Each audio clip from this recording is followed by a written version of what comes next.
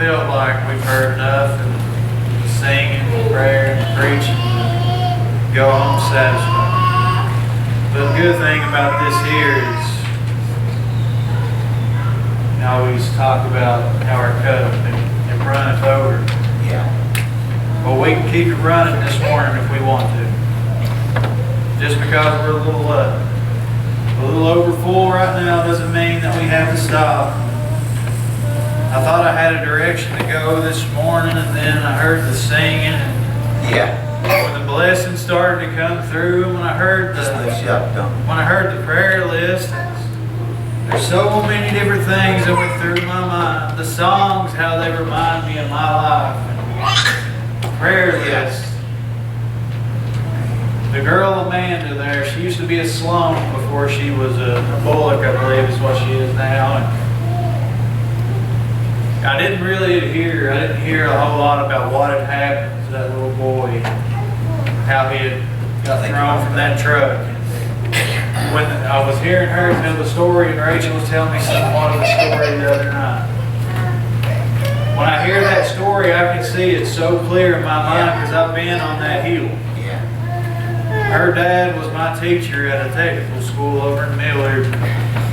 I went over and we were cutting his grass one day. I know exactly what hill they're talking about. I stood on that hill in a pair of football cleats because it was so steep that I would have probably fell if I didn't have anything else. I've stood in the place there where that little baby, its life, it was taken from it there. I drove on a road this morning that no doubt that there's been somebody wrecked and died in their life, just leave them just like that. That's right. That's right. Bless the Lord. This building right here could have been built on a place where somebody could have lost their life. I could be standing in the very spot where somebody's left this world. Sure.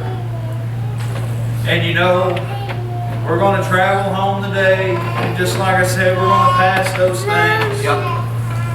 So when I leave this world, just like I may be standing where somebody else has been, where somebody else may have lost their life.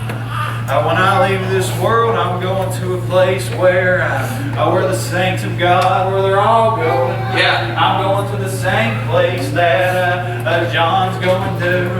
I'm going to the same place that I believe my grandmother's Yeah, went to. that's right. I'm going to the same place that I believe that little boy may have went to. When I see a prayer list and it's got children on it, I think often of a cousin that I have, and she's very faithful to God. But listen, you know, she had 3 little girls when she was just a little bit younger. There was her names were Misty. One's name was Kristen, the other was Brandy, and they all 3 died. They died of some kind of illness that was hereditary there, and they lived to be. One lived to be above 7 years old. One got to live to be a little younger than that, but they got to grow up and look just like normal children. The youngest one, Brandy, was just a year older than me, and there was pictures of me and her playing, her being able to stand. But as that sickness set in on her at an older age, she wasn't even able to stand. There was pictures of us, and she would be just laying there, me standing there talking to her, not understanding. But you know, Patty, when she lost those children, it was just like Emily was talking about with that girl at the hospital. I bet she took those drugs to fill a void, just like Emily was saying. There's people raised to do the same thing. The sins only good for a season, and how we feel that void for such a small amount of time. One day to the next. Just like Sister Emily, when she was talking about that here, it was a sermon in itself. She's found something, the same thing that I found. Listen, to fill that void, and it never be empty again. Come on. You know, we have been praying about Brandon's friend there. Had that little child, and I can't imagine what he must be feeling this morning. I can't imagine what Amanda must be feeling like to lay a child 6 feet under the ground. You know, I was sitting there yesterday and me and Abel was playing. You know, sometimes I think about people, they have this image of me because by nature I'm a stubborn young man. By the way I was raised, I'm a stubborn young man.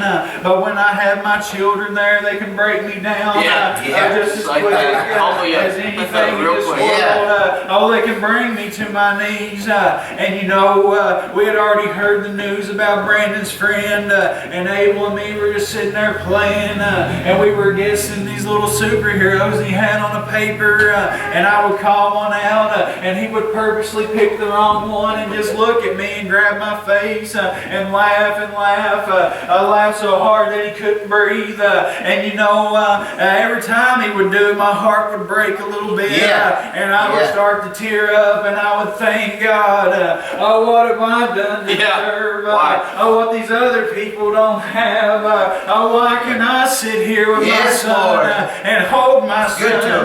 Why am I so blessed? I can't imagine what it would be like to have to lay my little boy down. But you know, just like here, this morning I feel like David a little bit with my problems. You see, I'm awful small in this world, but my problems, they come to me as a giant, just like when the Philistines there in Israel were doing battle, and standing out in front of the Israelites was a giant named Goliath, saying all this blasphemy. And taunting him with everything that he had, and they trembled. How often do we have problems and we tremble before them? But you know, David there, he was ready to stand for the Lord, and he was going to go out into the battlefield there. And they tried to arm him, and this makes me think about the little story Emily was talking about with the girl at the hospital. You see, I was saying she was trying to fill that void. She was trying to put on an armor that this world is going to try to give you. This world is going to tell you that you can take these drugs, they can pump you full, but you're never going to be able to put an armor on me the way that my Lord has. You would have to sedate me for the rest of my life, and you still wouldn't be able to put that armor on me. You see, David, before he went out into the battle there, you know, they tried to put armor on him, but it was cumbersome to him. You know, he couldn't use it there, and not out in the battlefield, but he had already on him. And it's the way I like to think about my life. When my problems come my way, listen, I fall down on my knees, and I come up in an armor that to me is just as beautiful as any medieval armor you've ever seen. All these things that we see on TV, I'm talking about a glorious armor that I can face the world. I can face my giants. That's right. I can step out in this world. And I hope that this morning that Brandon's friend and Amanda and all these people who lose these children at such a young age, I hope they take the path that Patty took. She still serves the Lord. Every Sunday I see that she's going to attend church. How many people do you know that these problems have came to them and these things have happened and they just turn their back and it's the end of their life. They give up on everything because they don't know what I know this morning is that Jesus Christ, is that my Lord, I can take you up above all those things. But we live in a world that is so confused. Every time I turn on my TV, every time that I read a little something, it's somewhere else. Somebody's wanting to take down the cross, or they're wanting to get rid of a 10 Commandments posted somewhere. Oh, there's nothing wrong with the teachings of Jesus this morning. And if this world would hear to the teachings of Jesus, I think we would be all right. I think we'd be a lot better off. And I hope that the the people that's laid those little babies to rest know that, listen, they're going to be able to see them once again if they are willing to accept my Lord. That's right. Yeah. That's right. He stands knocking at the door. I'm going to tell this, and I want you to go ahead and get you a song. And it's funny to me how my Lord works this morning. You see, I had a different direction to go, but when I started hearing that prayer list, I was reading a little story, a little short thing. You just go ahead and get you the song. I was reading a little short thing that a preacher had wrote. And he was talking about his son. You see, it was his only child there, and the child grew up to be about 4 or 5 years old. And you know, this preacher had finally got his life straightened out, and he had built his own house with his bare hands. He was able to go and build a house room by room, and had set up a room for this child and set up a room for his wife and himself. And it looked like his life was going pretty good. But then that little baby there, that little boy, they diagnosed him with an illness there, and he was terminal. And you know, they wasn't giving him much time. They wasn't giving him much time at all. And the preacher there wrote that his son was getting weak there towards the end of that. And he would always sit on the couch and he would fall asleep and he would be watching TV. He would be too weak to get up and go to his own bed. So his dad would scoop him up and he would take him and he would put him in his bedroom. How many times have you carried your own child and put them in their own room there? And you know, one day that little boy was sitting and watching TV and he knew of his situation a little bit, and he said, Dad, what's it like to die in this world?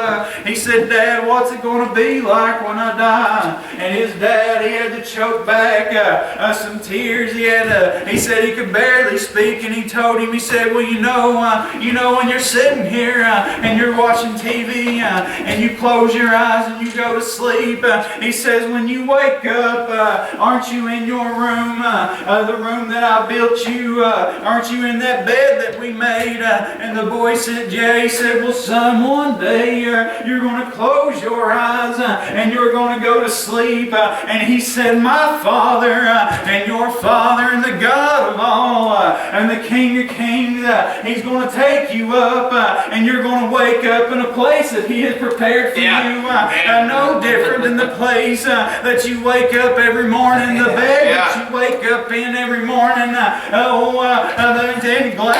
Ain't you glad this morning that my Lord, when I leave this world, He's going to take me to that place that He's prepared for me. Listen, He's going to take me on to heaven's land. Listen, no more sorrow. That's right. No more to lay another child in the ground.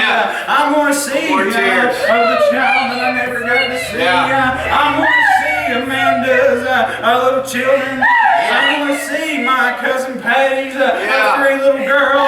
And there ain't no doubt in my mind that Patty's going to be holding the hands of the little girls skipping on through heaven's land.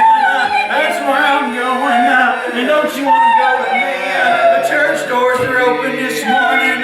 If you need a place to call home, I will gladly take you. Listen, I hope that this morning when you go there and you see people who's been affected by these things, that you put on that armor of God and you take that sword, which is the Word, and you tell them all about it. Tell them all about my Lord and what He's done for you. Because that's the best armor and weapons we have in defense of a world that's going straight